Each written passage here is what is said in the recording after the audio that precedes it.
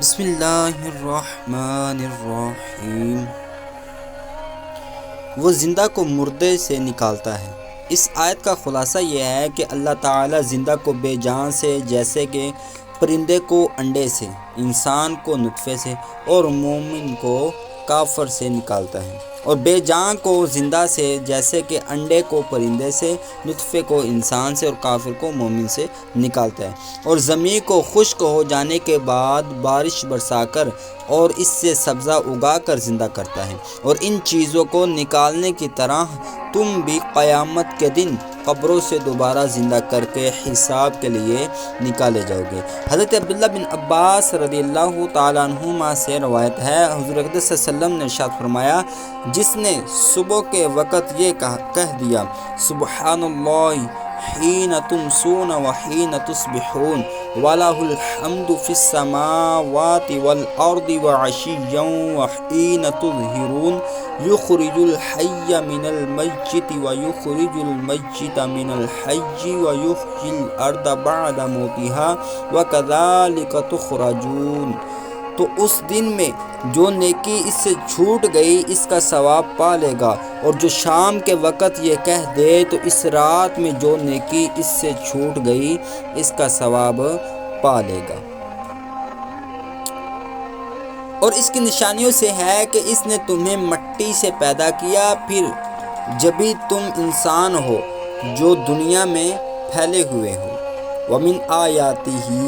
اور اس کی نشانیوں میں سے ہے۔ اس آیت میں اللہ تعالیٰ کی وحدانیت اور قدرت پر انسان کی پیدائش سے استدلال کیا جا رہا ہے۔ اس کا خلاصہ یہ ہے کہ اے لوگو، اللہ تعالیٰ نے تمہیں مٹی سے پیدا کیا۔ اللہ تعالیٰ نے تمہیں مٹی سے پیدا کیا اور جیتا جاگتا انسان بنایا، اور مٹی ایک بے جان چیز ہے جس میں حیات اور حرکت کا کوئی اثر نہیں ہے۔ پھر یہی نہیں بلکہ تمہارے اندر شعور اور عقل پیدا کی، خیالات،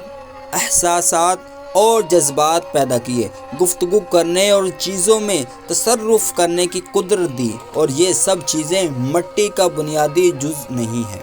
پھر تم لوگ اپنی اور اپنی صفات کی پیدائش کے بعد مختلف اعراض،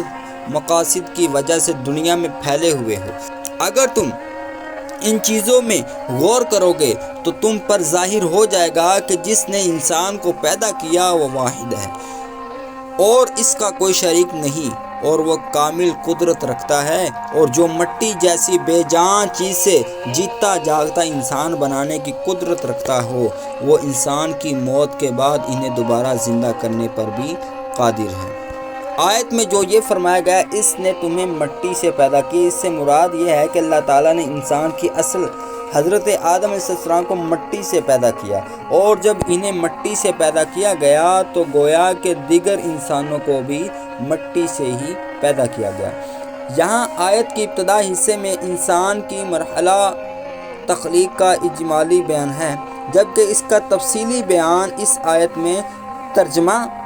اے لوگو، اگر تمہیں قیامت کے دن اٹھنے کے بارے میں کچھ شک ہو تو اس بات پر غور کر لو کہ ہم نے تمہیں مٹی سے پیدا کیا، پھر پانی کی ایک بوند سے، پھر جمے ہوئے خون سے، پھر گوشت کی بوٹی سے جس کی شکل بن چکی ہوتی ہے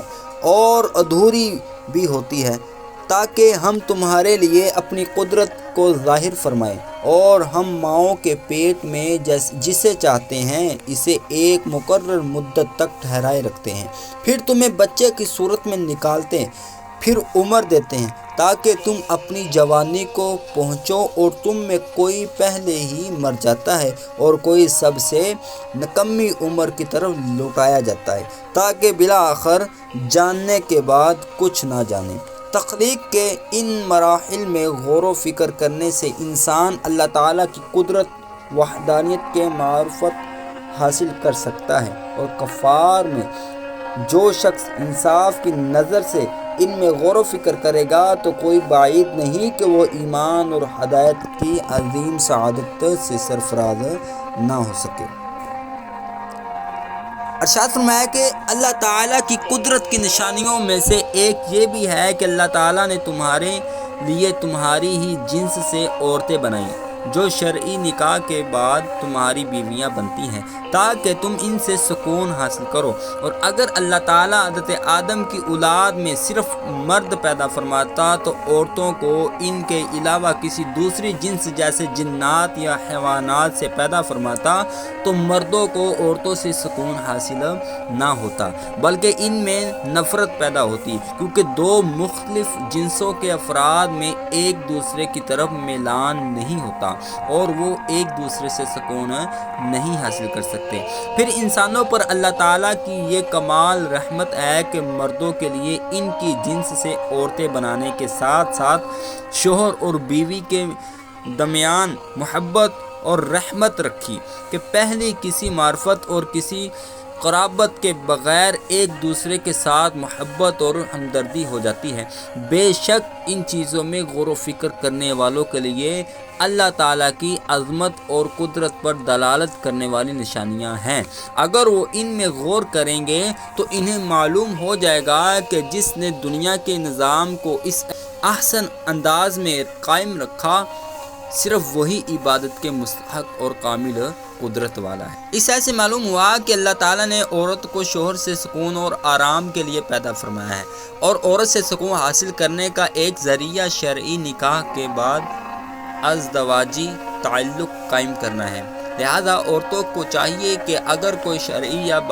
طبعی عذر نہ ہو تو اپنے شوہر کو ازدواجی تعلق قائم کرنے سے منع نہ کرے، اور شوہروں کو بھی چاہیے کہ اپنی بیویوں کے شرعی یا طبعی عذر کا لحاظ رکھیں۔ حضرت ابو ہریرہ رضی اللہ تعالیٰ عنہ سے روایت ہے کہ حضرت صلی اللہ علیہ وسلم نے ارشاد فرمایا، اس ذات کی قسم جس کے قبضہ قدرت میں میری جان ہے، جس شخص نے اپنی بیوی کو اپنے بستر پر بلایا اور بیوی آنے سے انکار کر دے تو اللہ تعالیٰ اس وقت تک اس عورت سے ناراض رہتا ہے جب تک اس کا شوہر اس سے راضی نہ ہو جائے۔ حضرت ابو ہریرہ رضی اللہ تعالیٰ سے روایت ہے، رسول اللہ صلی اللہ علیہ وسلم نے ارشاد فرمایا، اگر مرد اپنی بیوی کو اپنے بستر پر بلائے اور وہ نہ آئے اور مرد بیوی سے ناراض ہو جائے تو صبح تک فرشتے اس عورت پر لعنت کرتے رہتے ہیں۔ لہذا ہر بیوی کو چاہیے کہ وہ اپنے شوہر کے آرام اور سکون کا خاص طور پر لحاظ رکھے اور اسے اپنی طرف سے کسی طرح کی کوئی پریشانی نہ آنے دے۔